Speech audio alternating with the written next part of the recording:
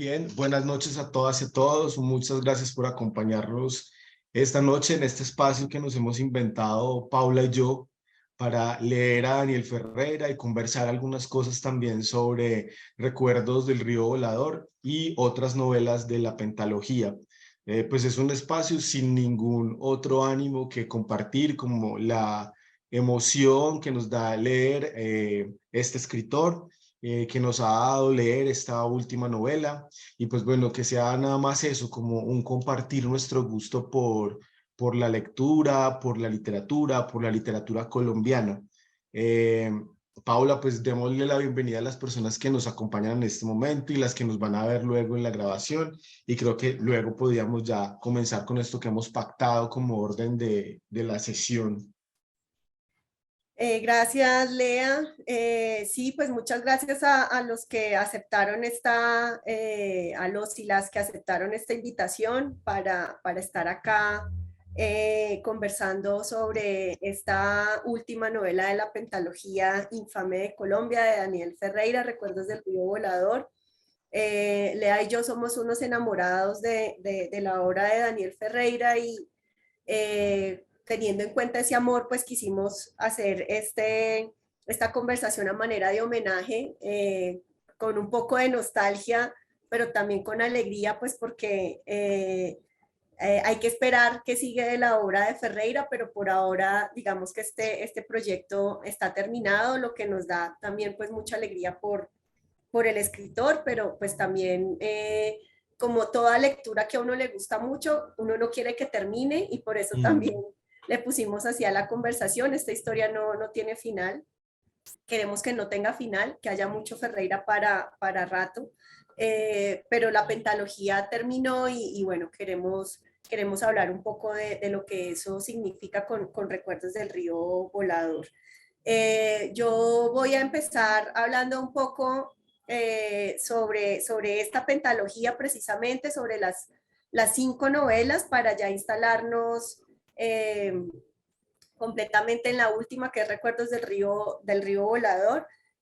Para quienes no lo conocen, Daniel Ferreira es un escritor que nació en San Vicente de Chucurí en 1981 y la pentalogía arranca su publicación en el año 2011 con 2 novelas que salen casi al mismo tiempo, que son La balada de los bandoleros baladíes, que la publicó la editorial de la Universidad Veracruzana, gracias a un premio, al premio de novelas Sergio Galindo que se gana Ferreira ese en 2010, y con un premio de novela que Ferreira se gana en Cuba, que es el premio Alba de narrativa, y gracias a ese premio logra publicar Viaje al interior de una gota de sangre. Entonces estas 2 novelas en un principio eran una sola, y pues a la medida que Ferreira iba escribiéndolas, pues se dio cuenta de que tenía que dividirlas, ¿no? Entonces,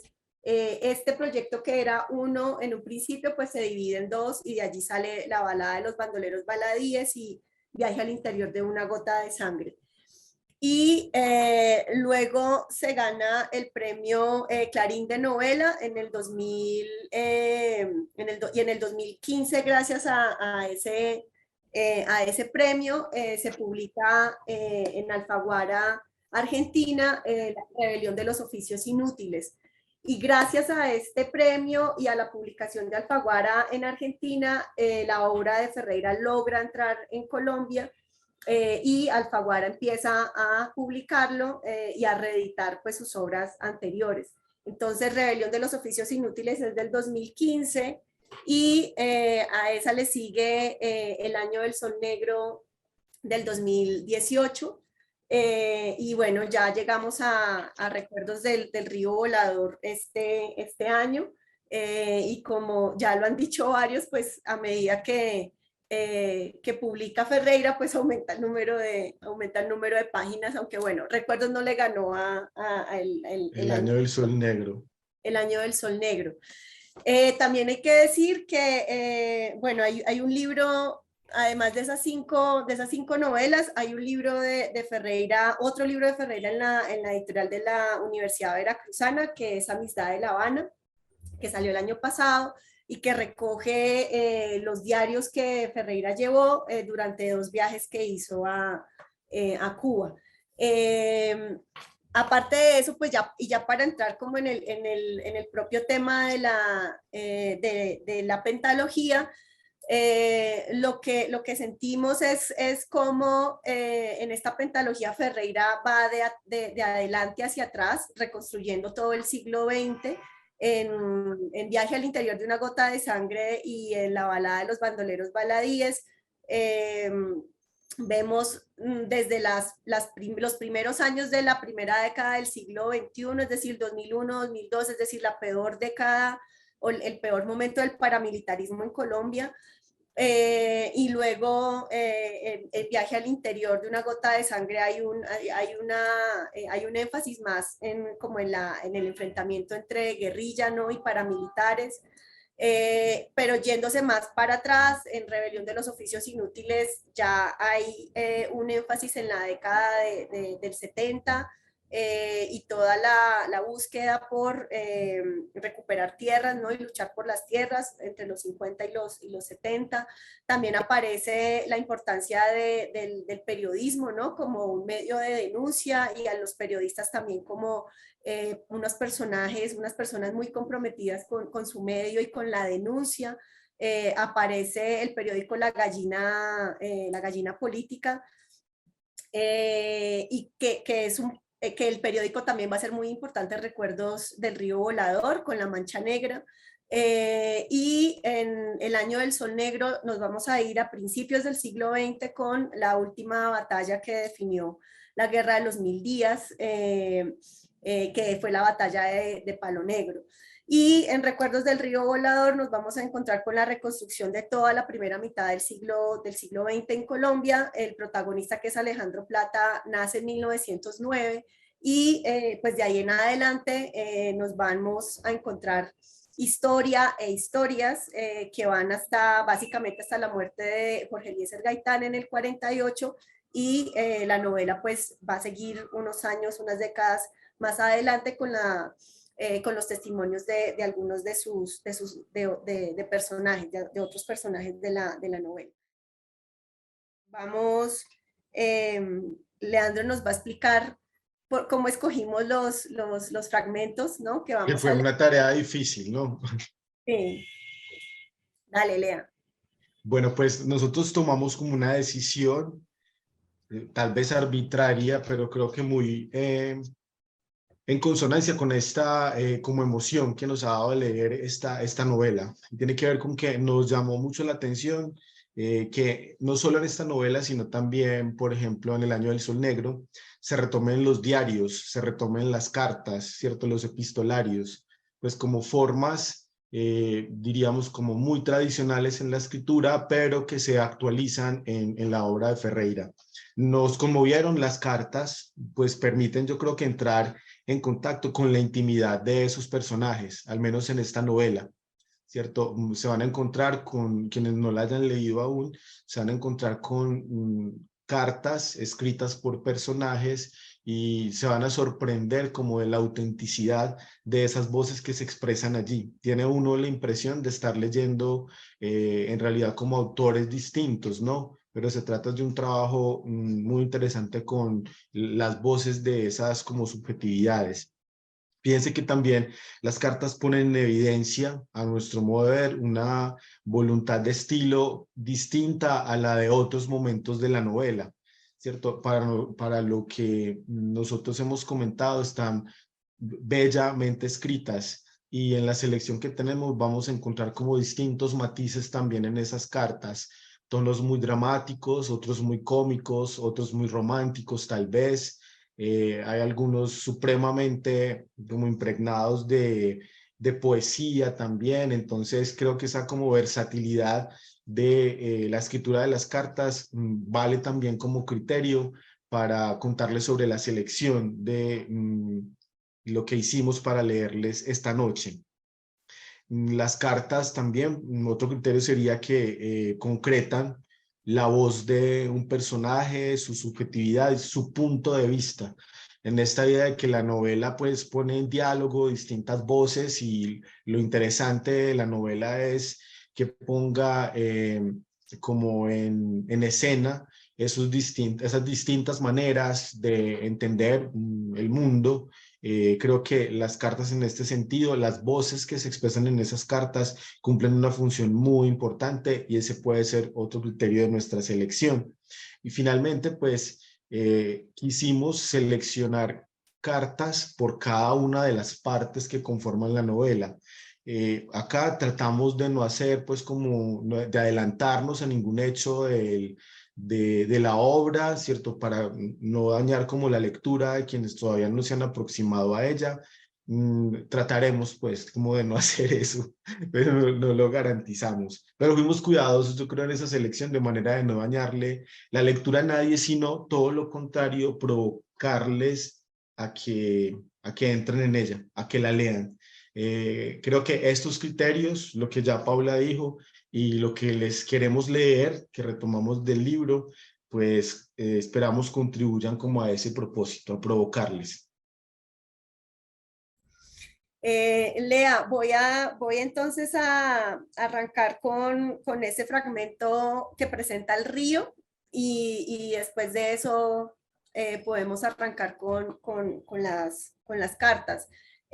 Por mi parte, yo también escogí un fragmento, dos fragmentos, un fragmento de un diario de una de las protagonistas de Recuerdos del Río Volador, que es Lucía Lausen, y un fragmento de un testimonio de Elena, que es la hija de Lucía, ¿no? Porque el libro está lleno de cartas, de testimonios, ¿no? Lo que pareciera ser como parte de entrevistas que hizo un narrador, ¿no? Que hizo un compilador de esos testimonios para ponerlos allí como narración en la novela. Entonces, bueno, eso también va a ser parte de la lectura. Pero queremos arrancar por este fragmento que habla sobre la vida del río, pues porque el río Magdalena es uno de los protagonistas más importantes de esta novela. Y pues creo que para quienes vivimos en este país sabemos la importancia del río Magdalena en términos económicos, históricos, sociales, políticos, y en esta novela pues eso va a ser ahí muy evidente. Entonces, si me quieres seguir, Lea, o para quienes tengan la novela, está en la página 376. Una conversación que está teniendo Bienvenido Miller, que es uno de los mejores amigos del protagonista Alejandro Plata con la mamá de Alejandro Plata. Es un río hermoso, señora. ¿No le parece a usted? Por las mañanas, la temperatura del ambiente es menor a la del agua y entonces se levanta esta niebla como si el espíritu del río subiera al cielo. Su hijo lo llamó el río volador. Alejandro se fue navegando por ese río. Iba golpeado y enfermo y huía de una muerte segura si se quedaba. La invité aquí arriba para que usted viera esto. La vida es como el río. Se abren numerosos caminos, pero solo se puede elegir uno. Y al elegir, todos los demás quedan cancelados. Eso es más digno, le dice Bienvenido luego de una divagación, que ser un yanqui burgués. Bienvenido se queda en Colombia en lugar de volver a su país. Usted no puede estar para siempre vestida de luto. La decisión de partir la tomó su hijo y él es el único responsable de su destino. Debe elegir entre darlo por muerto o por perdido. Si lo da por muerto, tiene que encontrarle un lugar a ese muerto y honrarlo. Si lo da por perdido, va a tener que desearle que donde quiera que esté, haya encontrado una ilusión para seguir viviendo. Hónrelo y llórelo, pero no lo busque más, porque entonces su espera no tendrá fin. Bueno, entonces arrancamos por este fragmento, la lectura de estos pedacitos de Recuerdos del Río Volador. Lea. Bueno, la que yo voy a leer ahorita es una carta de Alejandro dirigida a Lucía. Ya Paula nos ha hablado pues de esos dos personajes. Paula está en la 194. Lucía, cuando te fuiste de la escuela de la Concesión, me embarcaba todos los sábados porque no soportaba ni tu ausencia ni el calor. Tomaba un vapor a El Banco o remontaba el río hasta Berrío, fotografiando los puertos. No sabía lo que buscaba en el río. El inmenso río surcado por remolcadores, lanchones, vapores de rueda, barcazas de vacas, dragas, ferries cruzando camiones de Santander a Antioquia, tanques de combustible, los troncos podridos de los muelles, los ranchos de pescadores, los pueblos con techos de palma, las cejas de vegetación virgen, los islotes de plátano, las orillas de las tortugas, las desembocaduras de los afluentes y los caminos de arena por donde cabalgaba algún jinete solitario, los talleres perdidos de la naviera, los cascos oxidados de los barcos desechados.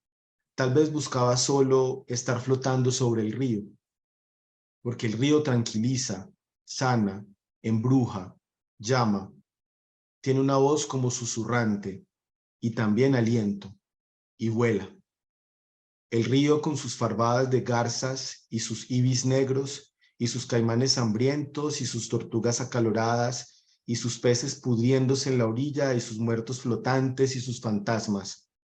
Me alojaba una noche en cualquier hotel, luego deambulaba por los pueblos, billares, músicos, mujeres de sandalias y vestidos ligeros para el calor, cines, iglesias blancas, mataderos de vacas, gallinazos, caminos de tierra, pescadores, obreros, gringos altos, holandeses rubios, ganaderos con botas y espuelas, vendedoras de fritos, de chicha, de limonadas, mendigos, piladoras de arroz. Fotografiaba todo eso. En mi vida juvenil solo había visto el cerco de las montañas y las paredes blancas de las casas de tapia con mantos de trinitarias. Después descubrí ese río, mi río, y los barcos que llevaban al mar. Así que fui varias veces hasta el mar. El río recibía otros ríos enormes, el Sogamoso siempre encajonado, con sus aguas plateadas y los regueros de piedra y de meandros, el Lebrija de aguas amarillas y remansadas, el Cauca turbio y violento. Y entonces el río Grande se regaba, perdía sus orillas, ciénagas resplandecientes bajo cielos escarlatas, pueblos flotantes que cambiaban de sitio.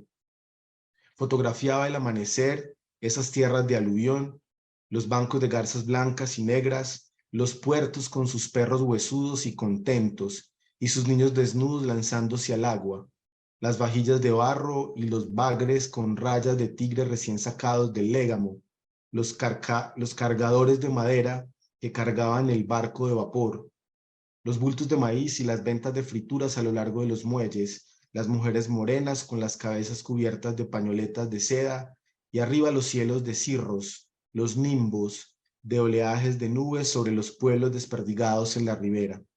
Luego me embarcaba en otro vapor y regresaba, es decir, bajaba como decían los pescadores, remontando la corriente se baja y descendiendo la corriente se sube. Por eso los muertos suben y por eso nadie baja a Mompox. Desde sus bocas de ceniza el río sube. No tiene que ver con el norte o el sur, sino con el origen. Buscaba entender y entenderme en el origen, en ese fugaz paso de la vida en medio de la eternidad del tiempo. Buscaba entender si era humano o caimán o pez. El río atrapa y envuelve y ahoga y sepulta y te devuelve al lugar donde encallan todos sus muertos, como si el río escogiera un mismo sitio para depositar a todos los cadáveres que llegan desfigurados. En un lugar las mujeres los recogían, los amortajaban, les ponían nombre, les hacían honras y los enterraban, para que mañana, cuando sean sus propios muertos los que lleguen a un lugar desconocido, otras mujeres también los honren, los adopten y los sepulten.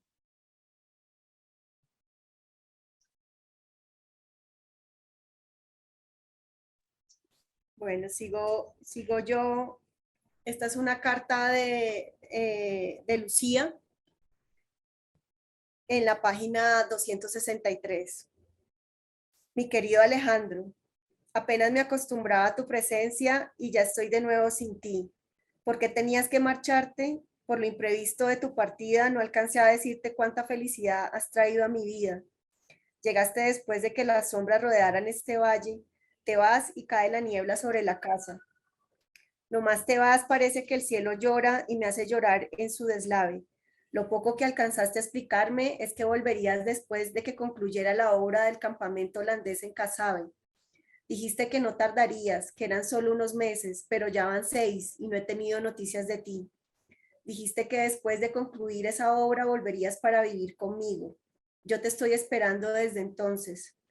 Enseño el último curso a Elena y a unos pocos niños, exactamente 4. A los 4 niños que quedan en la escuela les doy lecciones de caligrafía, de multiplicaciones y divisiones y de historia. Todos los días pongo un mensaje en el pizarrón que está a la entrada de la escuela. Aunque no se cumplan todos tus sueños, un día agradecerás haberlos tenido. Escribí la primera vez. Un hombre que pasaba por la carretera leyó esa frase y la anotó. Desde entonces, todos los días se acercaba a la pizarra para anotar la frase. Estaba ya muy viejo y me enteré de que murió porque un día dejó de venir a anotar la frase del día. Elena pregunta por ti, porque ella también te extraña. Ha aprendido a quererte pese a su carácter esquivo y cuando la veo practicar en la bicicleta y noto que su cuerpo crece y ya toca el piso y su cabeza casi está a la altura de mi hombro y que le faltan 2 cumpleaños para llegar a 10, pienso que muy pronto ella también va a tener que irse porque mis conocimientos son limitados y no le puedo enseñar más de lo que le he dado. A veces llevo puesto el vestido que me regalaste, imaginando que te espero. Me perfumo el cuerpo con agua de rosas y me peino con aceite de María. Escucho los discos de Crescencio Salcedo y los de jazz que nos obsequió Bienvenido Miller para el gramófono y los conciertos de violín y piano de Brahms y te escribo estas cartas que no sé si lees. Tus cartas han dejado de llegar y era esa mi ilusión de los fines de mes. Me sentaba a la orilla del camino a oír discos y a esperar la chiva de la línea que siempre se anunciaba con un cornetazo para entregar tu carta. Pero no ha vuelto a parar frente a esta escuela de las nubes tan desolada. Una vez detuve aquella chiva repleta hasta la parrilla del techo de pasajeros y bultos y gallos atados con hojas de nacuma y le pregunté al chofer si había alguna encomienda para mí. Pero me dijo, mientras los pasajeros que miraban impacientes desde su fatiga, que no, y que me hiciera a un lado porque iban tarde. Rezo para que estés bien, que no te hayas perdido en esas selvas enfermas. Temo que hayas podido enamorarte de otra mujer. La posibilidad de que eso pueda ocurrir ha hecho que llore muchas noches releyendo las cartas que me has enviado durante estos años. ¿Tu ausencia significa que estás con otra mujer? La espera para verte se ha convertido en mi agonía y en un marchitarse que parece rodear también las cosas que me has dado, como si estuvieran tristes, pero en realidad la tristeza está dentro de mí. Ven pronto, amor mío, te envío esta carta a la pensión de siempre, estrenando las esquelas perfumadas de jazmín y con la ilusión de que llegue a tus manos fuertes, que aún me ames y que acudas a mi llamado para darte todos los besos que tengo guardados en lo poco que queda de mí, porque estoy muy flaca. Lucía, que tanto te ama. Postdata, te abraza Elena. Lucía, hace uno de esos días rutilantes que llegan después de la temporada de lluvias.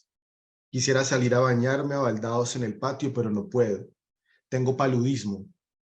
Solo puedo caminar a ratos, pero estoy tan débil que no siento las piernas. Bebo el jugo amargo del brebaje de quinina y para la irritación de una sarna que me salió en los brazos me echan perfume de cantáridas que hace arder. He perdido toda mi fuerza. Tiemblo durante horas como si me dieran palos. Debe ser por eso que a esta enfermedad la llaman la tanda. Me duelen las coyunturas y solo encuentro calma para el dolor cuando duermo en la hamaca. Me bajan la temperatura con medicamentos que me mandan del dispensario, pero lo único que en verdad me sirve son esas infusiones que saben a sangre de árbol.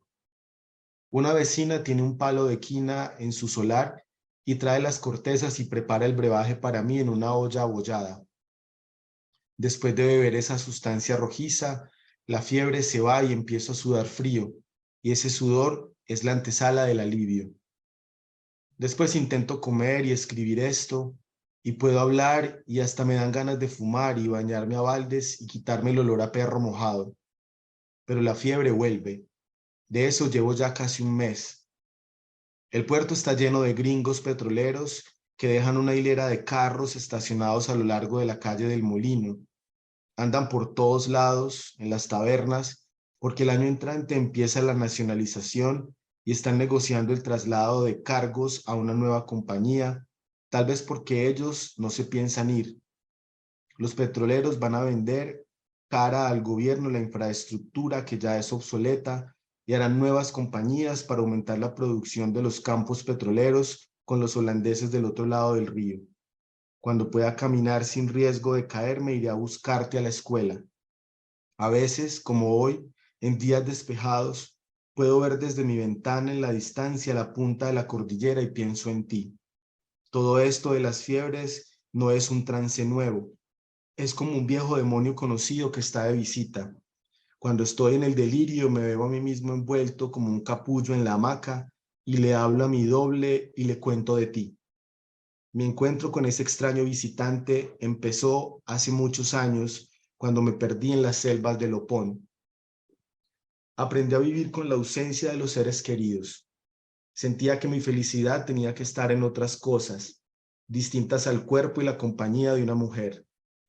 Fui feliz, inmensamente feliz, observando un paisaje, tratando de calibrar la apertura del diafragma de la cámara para captar toda la gama de grises, interrogando al clima, la forma en que afecta el alma el paso del viento en la tierra caliente, descifrando lo que dicen los rostros a partir de los retratos tomados al azar, imaginando vidas imposibles de construir y experiencias a través del lugar en donde están, las cosas que poseen, los objetos que cuelgan en las paredes, las casas donde vivían los fotografiados, los juegos que jugaban sus niños, las cosas que cuidaban esas mujeres.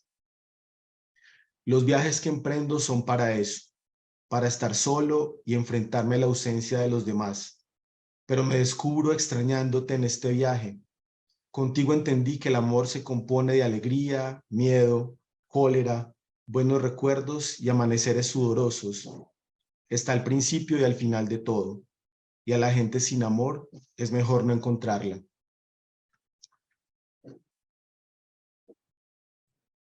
Este es un testimonio de Elena.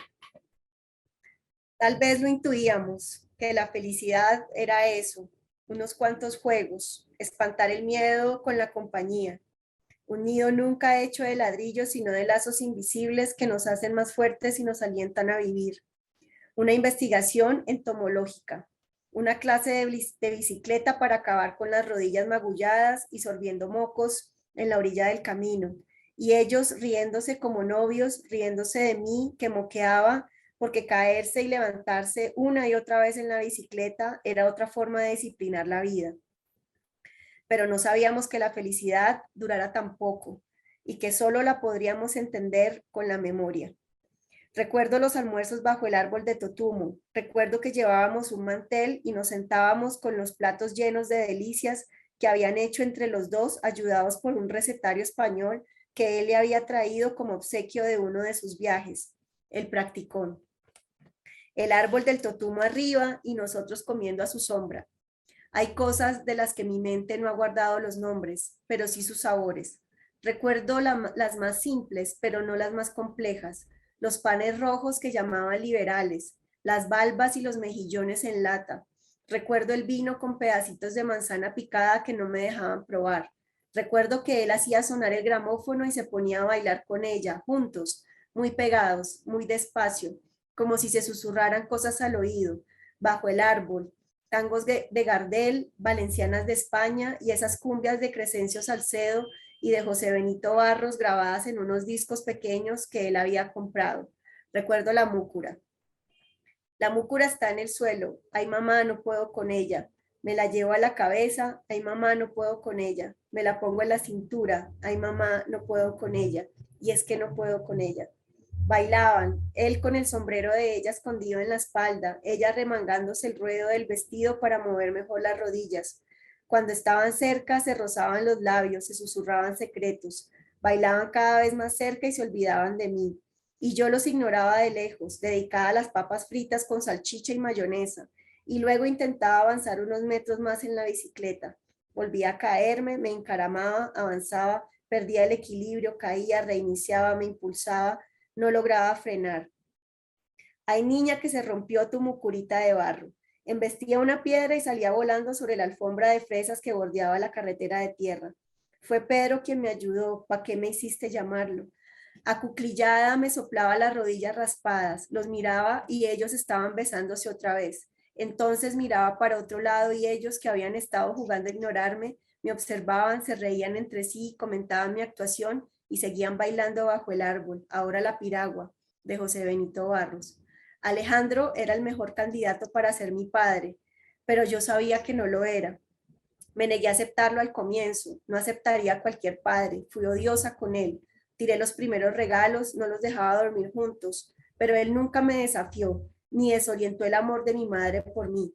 Me ganó para su causa, me hizo su cómplice. Una vez me trajo un perico migratorio indefenso que compró a los traficantes de aves.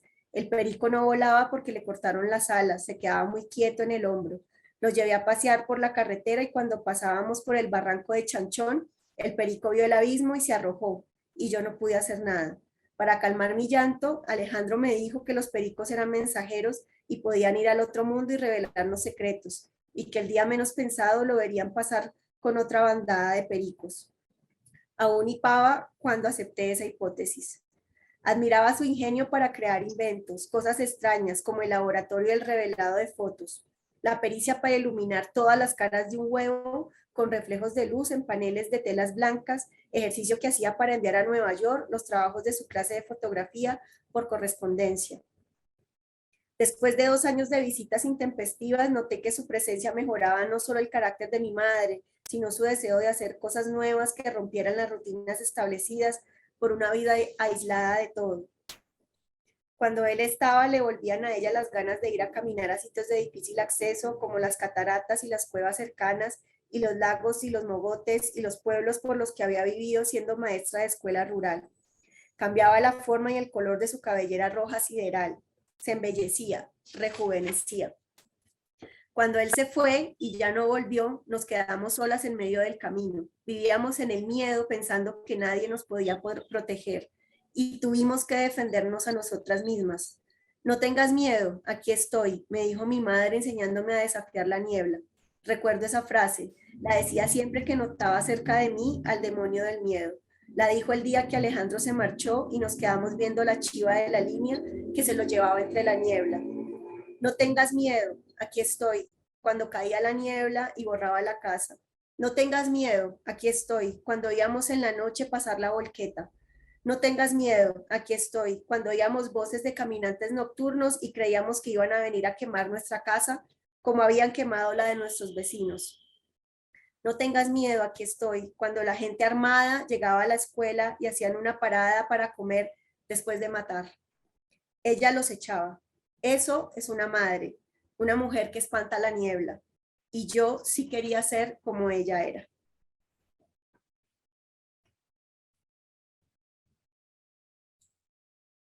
En la 317. Querida Lucía, me preguntas por las fotografías de las francesas. Las primeras las hice a petición de un ingeniero que quería tener registro de su mujer, de la cual estaba locamente enamorado, pero no se atrevía a pedirle que se quitara la ropa con la luz encendida. Le hice 3 fotos con varios meses de intervalo, siempre con el marido sentado en un butaco respirándome en la nuca con un revólver calibre 38 que cargaba en una funda de cuero a la cintura. Ella salía cada vez vestida con trajes típicos de distintos lados del mundo. El ingeniero le regalaba esos trajes y ella guardaba una colección de atuendos típicos en los 6 de la casa.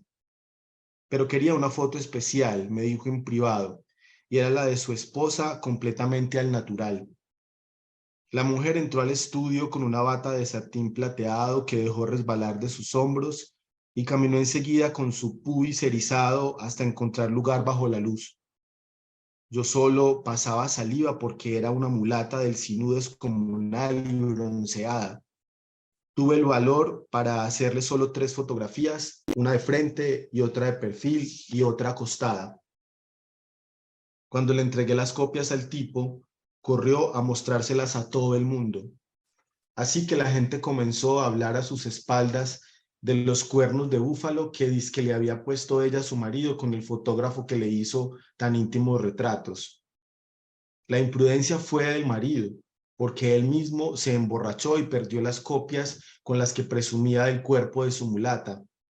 Rumores iban y venían de mano en mano, hasta que las fotos llegaron a la dueña del burdel, María K. Wagner, que me las entregó en privado y fue a quien se le ocurrió la idea para promocionar a sus damas como odaliscas y me invitó a almorzar en una mesa larga donde estaban todas las francesas reunidas.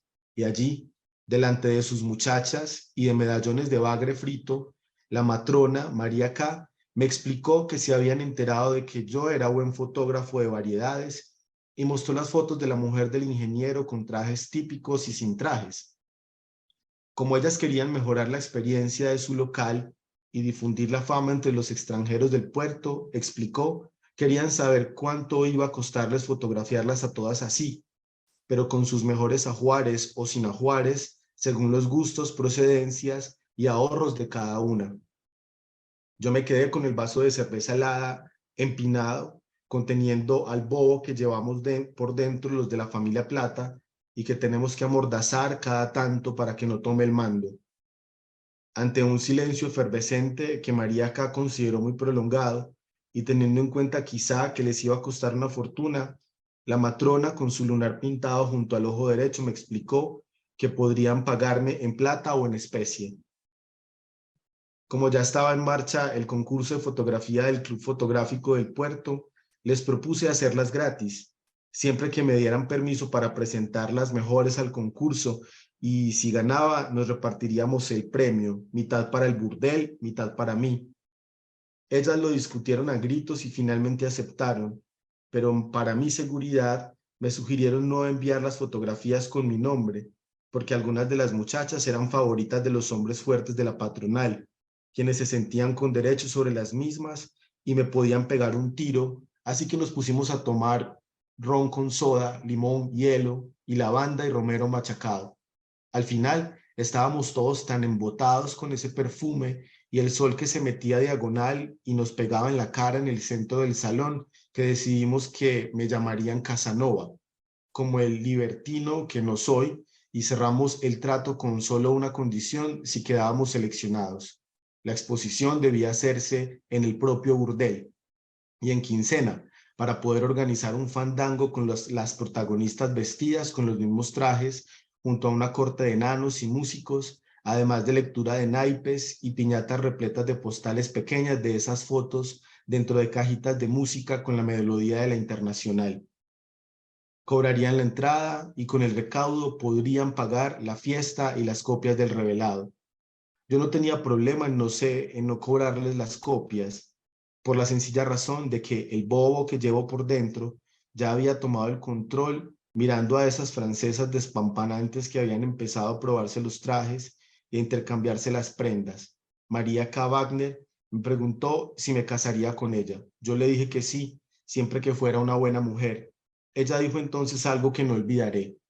Amores, cuando un hombre les diga que para casarse solo elegiría a una mujer buena, ustedes le responden, qué bien, porque yo soy una mujer mala, paila, gonococo.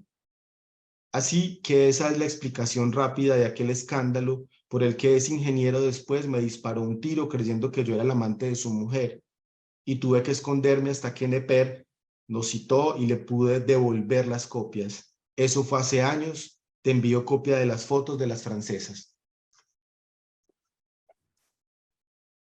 Del diario de Lucía. Chía, mayo 10 de 1931, domingo. Hoy descubro que el matrimonio fue una experiencia que me enriqueció, en el sentido de conocer íntimamente a una persona, descubrir en ella el dulce sabor de la bondad, de la generosidad con los demás, de la experiencia y la sabiduría.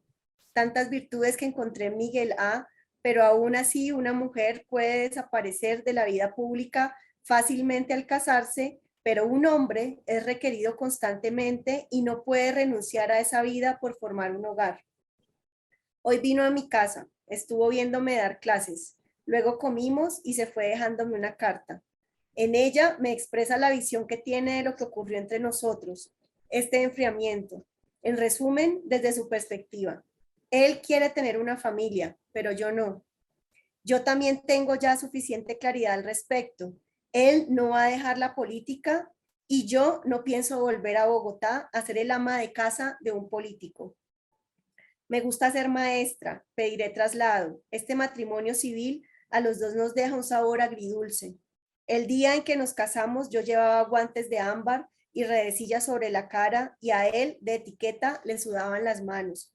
Me pidió que lo tomara del brazo y cuando acabó la ceremonia y alzó la redecilla para darme el beso de desposados, me besó la frente. Luego me dijo, te admiro. Cuando yo esperaba oír, te amo. Un regusto agridulce sobre todo para mí por romper mis votos de nuevo. Dice en su carta que no sabe exactamente lo que siente, pero que su cuerpo no responde de la misma manera como respondía en los primeros días. Yo sé que lo que siente por la política es más grande que cualquier pasión. Le escribiré, le diré que nunca dejaré de admirarlo por lo que hace por los pobres y por sus estudiantes, y que nunca dejaré de quererlo, pero que acepto el divorcio. Caray, creo que estoy empezando a volverme una señora sentimental. Lloro al escribirlo. No debería, porque en mi alma guardo algo que no da lugar a sentimentalismos. Creo que ser maestra es una experiencia que me llamaba, que me dará satisfacciones y es un reto que tengo que enfrentar para sentir que puedo terminar algo en la vida.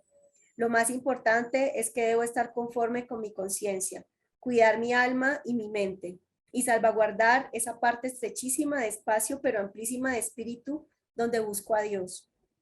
Sé que la vida ha sido generosa conmigo, sé que he dejado muchas cosas por otras inalcanzables, pero ya no me puedo quejar de la vida que llevo porque ha sido todo mi decisión. Pude decidir, decidí dejar lo innecesario, buscar a Dios, seguir mi instinto. Nací entre gente buena, tuve la oportunidad que no tuvieron otras mujeres de estudiar, tuve amigos varones con los que me trataba de tú a tú, tuve la juventud, tuve la oportunidad de ver la vida en otro país. Tuve la oportunidad de expresar la generosidad entregando todo lo que heredé a las hermanas de clausura del convento de Quesada, que sí nacieron con una vocación especial de renuncia. Solo necesito una prueba para expresar la generosidad que Dios tuvo conmigo. Bueno, ahora te imagino leyendo mis palabras y tengo miedo de lo que decidas responderme después de haberte dejado ver dentro de mí y mi pasado. Espero que ojalá sea algo que puedas aceptar. Soy así, te quiero tanto, no quisiera ni mirarte. El sol es una pesada esfera de mercurio rojo cayendo sobre la sabana. Intento grabar el cambio de luz, pero dice Rubén que la película quedará opaca. Dormimos en los chinchorros y un caballo visita a Ramiro por la madrugada relinchando de lejos. Luego se oyen pasos cautelosos y el hocico del animal toca la cabeza de Ramiro. Él le acaricia los belfos y el caballo abre los ojos y respira olfateándolo. Se levanta y sale de la casa. Escucho un rumor extraño que hace afuera. Salgo a buscarlo y lo encuentro bajo la ceiba. Le pregunto si no puede parar de hacer ruidos y dejar dormir a los demás. Ramiro dice que está ahuyentando a la bruja con rezos. En el cielo claro está la Vía Láctea, nítida como en ningún otro cielo de nuestra galaxia. La Osa Mayor, Orión en el centro y las Pléyades. Me pregunta cómo hacían los viajeros para guiarse por las estrellas. Le digo, mientras preparo la cámara de cajón para hacer una foto lenta del cielo estrellado, que conociendo un par de constelaciones en el firmamento, la Osa Mayor cambia de lugar según el hemisferio, pero puede usarse como referencia todo el año. Pregunta si todavía pienso en él. Sé que habla de mi padre, quien observa las estrellas con un telescopio y solía llevarme a mí, que era el único de sus hijos que se desvelaba para observar el cielo con él. Le digo que todos los días lo pienso. Mi padre decía que la Vía Láctea era un río volador. Cuando mi padre se quedó ciego y 2 años después le cortaron las piernas, yo me senté y pedí que se muriera, confiesa. Y en 8 días se murió. Entonces confirmé que yo tenía poderes psíquicos. Por él siempre llevo conmigo una cámara, digo, ya que se puso en plan de confesiones. Mi hermano me dice que a él ya se le olvidó su cara. Pienso en la muerte de él y me parece que por su culpa no tuvimos infancia, dice. Le digo que infancia sí tuvimos, lo que nos hizo falta fue él. Nuestros juguetes eran sus objetos. La cámara era el juguete favorito de papá. Dice que él no pudo ser amigo de papá como yo lo fui, y agrega que la diferencia es notable, porque yo salí refinado como mi padre, pero él no tiene ningún talento salvo tocar la bandola y la juerga y sus poderes mágicos. Le digo que eso es solo así porque yo era el mayor y lo conocí un par de años más, pero no le digo nada sobre el talento porque no sé a qué se refiere. Después de 2 minutos, cierro el lente. Pregunta si la foto saldrá en tal oscuridad. Le digo que las estrellas emiten luz y que la larga exposición de este tipo de cámara con trípode puede captarlas. Yo he hecho varias y siempre sale una mancha blancuzca, como si hubieran sacudido una sábana de polvo en el espacio sideral. El río volador, le digo. Vuelvo a dormir sin entender la distancia que me separa de mi hermano. Me ve como un opositor al que hay que desafiar y contradecir. Se aficionó a lo esotérico como por llenar con algo el vacío de su ateísmo. El silencio del llano es tan intenso y vacío que se puede oír tu propio corazón. Ya despierto, escucho los cantos que entonan los llaneros en la sabana. Parece que conversaran con las vacas porque las condenadas le responden.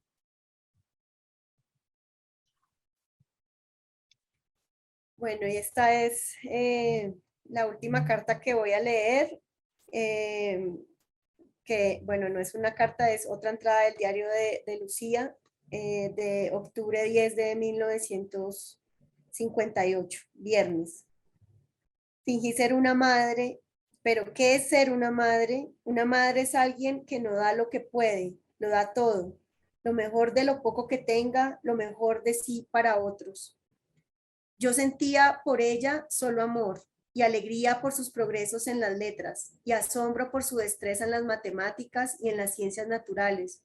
Le enseñé cada elemento que la conforma, cada fibra, cada músculo, cada órgano, cada célula. Intenté hacerla consciente de sus talentos y de sus fallas, pero nunca le pedí perdón por haber callado su origen tanto tiempo, por conservar la calma cuando debí gritar, por no sacarla de las nubes antes de que fuera demasiado tarde. Permanecimos en esa escuela mirando el abismo porque yo esperaba a Alejandro, por confiar en su regreso de largas a nuestra huida y pensé que la guerra ocurría en otras partes y no en lugares alejados, pero en realidad empezó en los lugares alejados hasta que estalló finalmente en el centro de la capital. La expuse al peligro por un amor egoísta o por el egoísmo de mi enamoramiento. Prometí cuidarla, pero arriesgué su vida por esperar a un hombre, el hombre que nunca volvió. La hice permanecer cara a cara con el horror y tuvo que vivir a diario con eso. Somos distintos de los animales. Los animales viven en medio de la amenaza y la olvidan. Nosotros tenemos que vivir con la imagen del arma en la mente. Y esa presencia constante de la amenaza de la muerte arruina una vida. Me levantaba pensando que pronto pasaría, que la cuadrilla vendría por nosotras. La lógica me decía que no podía confiar ni en la tropa ni en la policía, porque esa cuadrilla actuaba con las fuerzas del orden, les hacía el trabajo sucio para burlar a la injusticia. La ley permitía juzgar sin ley y condenar a muerte. Pensé que dejarían de perseguir a la gente por pertenecer al partido consignado en la cédula de los varones. Yo creía con ingenuidad que nadie podía ser tan fanático como para asesinar a otro por mantenerse fiel a una idea, pero ellos asesinaban en nombre de Dios y se persignaban in hoc signo vinces. Tarde me di cuenta de que no era por mantenerse fijo a una idea, sino por creer que el otro estaba equivocado con su propia convicción. Eso lo pensaba el enemigo, de manera que todo lo atroz que se hiciera contra el enemigo estaba bien. Después constaté, cuando los bandos se diferenciaron y los inocentes se armaron por familias y propiedades para no dejarse asesinar y mataban con los mismos métodos, que no había ideas, que todos aprovechaban las opiniones políticas para quedarse con la tierra o con el cuerpo de la viuda. Esta parte es de un apartado muy especial de la novela, se llama Putumayo Sideral, y se van a encontrar acá con una como escritura muy distinta también y con referentes muy distintos a lo que hemos visto hasta ahora. En 1928 hubo una deportación masiva de caucheros hacia el Perú. El general Vázquez Cobo, en el breve discurso de campaña presidencial que dio en Puerto Nariño, anunciaba que el país debía prepararse para la guerra con el Perú si se atrevían a invadir Puerto Leticia por la deportación de los caucheros. Dejamos el hidroavión en el río y fuimos a una maloca. Y allí nos contaron que era una réplica de la maloca de Yarocamena. Ese era el nombre del capitán que tenía en su pecho la piedra del rayo. Era brujo y poseía el cuarzo que permitía dominar el rayo y la guerra. Cuando se entera del asesinato de su hijo, envía al capataz cauchero con una carta muy amarrada para que el peruano se demore abriéndola y mientras tanto el capataz pueda volarle la cabeza. Luego hace llamar a todos los jefes huitotos, les explica los motivos de la guerra contra los invasores peruanos, fortifica la maloca con barreras de látex para que no entren las balas, cavan túneles bajo la maloca principal, reúne comida, coca, tabaco y a los brujos. Cuando llegan los caucheros, acompañados del ejército peruano, empieza un diálogo en voz alta donde explica que su corazón tiene rabia y no hay vuelta atrás. Entonces comienza el sitio de Yarocamena. El ejército dispara a la maloca durante 5 días. Los jefes huitotos enfrentan a los esclavizadores, pero no logran vencerlos, aunque son pocos y esperan refuerzos. Desde dentro de la maloca envían a los niños a la parte alta para que avisten el lugar donde se protegen los sitiadores, y los tiradores de los caucheros los van cazando como micos. La coca se acaba y la comida y el tabaco necesarios para los brujos también. Los caucheros usan brujos que afuera fuman tabaco para derrotar al hombre del rayo. Se acaba todo menos las balas reunidas por la gente de Atenas. Y Arocamena deja salir de la maloca a las mujeres y niños de los jefes que ya no quieren pelear. Cuando intentan huir, los caucheros van matándolos con ametralladoras. Los caucheros ingenian unas bolas de fuego de caucho impregnadas de petróleo y poco después la gran maloca de Atenas arde. Mueren casi todos, pero Yarocamena y los brujos escapan. Dicen que los brujos se refugian en las cavernas. Yarocamena fue capturado y quemado vivo en un lugar llamado Santa Lucía. Solo en los tejidos de los canastos se sigue contando la leyenda de Yarocamena. Ahora ha empezado la dispersión de los huitotos. Por eso los pueblos están siendo tragados por la selva. El corazón de la maloca oscura es luminoso.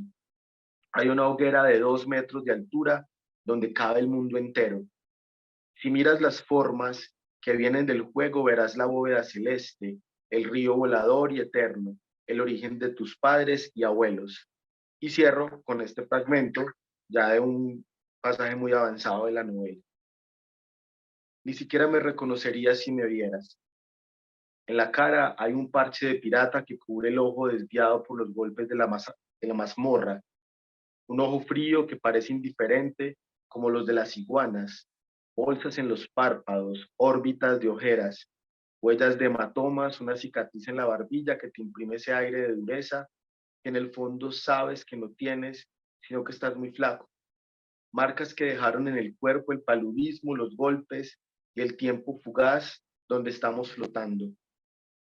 Sabes que estás muerto porque no existe la capacidad para diferenciar o la diferencia entre domingo y viernes, o porque has perdido los sentimientos, o porque ni siquiera eres alguien que murió, sino alguien que sabe que actúa así, sin oponerse al destino, como muerto. Pero ahora te escribe esto, pero ahora te escribe esto que soy, un muerto, aunque aparentemente no estoy muerto. No me mataron en el río, ni me mataron en un calabozo, pero estoy muerto porque mataron a otros y yo sobreviví. La muerte de otros es también mi muerte. Hay cosas que podría contarte, pero no puedo escribir por eso. No puedo escribir sobre eso, porque ponerlo en palabras sería revivirlo también para ti. Yo creo que dejamos acá esta conversación. Esperamos que esta charla pues inspire para que quienes no conozcan a Ferreira y a su obra pues vayan a buscar las novelas.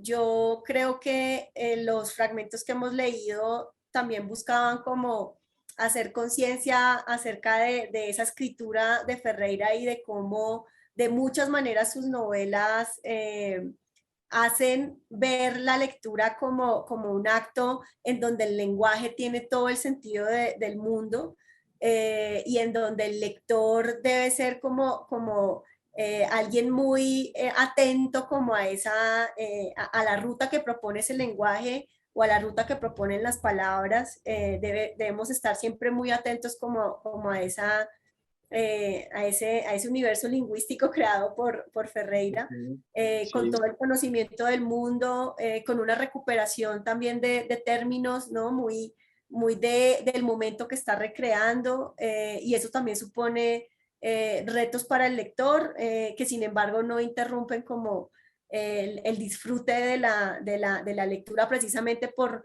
su capacidad de crear voces distintas muy diversas en cada una de las novelas para contar la historia siempre desde muchas perspectivas distintas.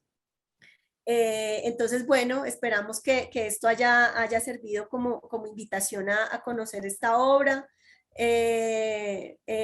John Ospina nos dice muchas gracias, me quedo con la frase, aunque no se cumplan tus sueños, algún día agradecerás por haberlos tenido. Sí, esa también es una de mis frases favoritas del libro. Entonces, gracias y bueno, esperamos tener otra charla de estas alguna vez para seguir hablando de Ferreira. sí, o acudir a la de otros lectores, ¿cierto? Yo también quiero cerrar pues primero con un agradecimiento a vos por este tiempo de lectura, porque disfruté mucho pues de la conversación, Paula, todo este tiempo. Me siento muy honrado de leer con vos además, es un lujo para mí. Y bueno, y que sea también una invitación, por supuesto, a leer, pero sobre todo a compartir eso que leemos. Yo creo que vale mucho la pena compartir lo que leemos en espacios como este, o en las redes, o con los amigos, pero leer para compartir creo que es un buen plan. Sí, completamente de acuerdo, Lea, y también gracias por la compañía de estos meses. Y bueno, seguiremos buscando excusas para seguir hablando de Ferreira. Por supuesto. Bueno, gracias.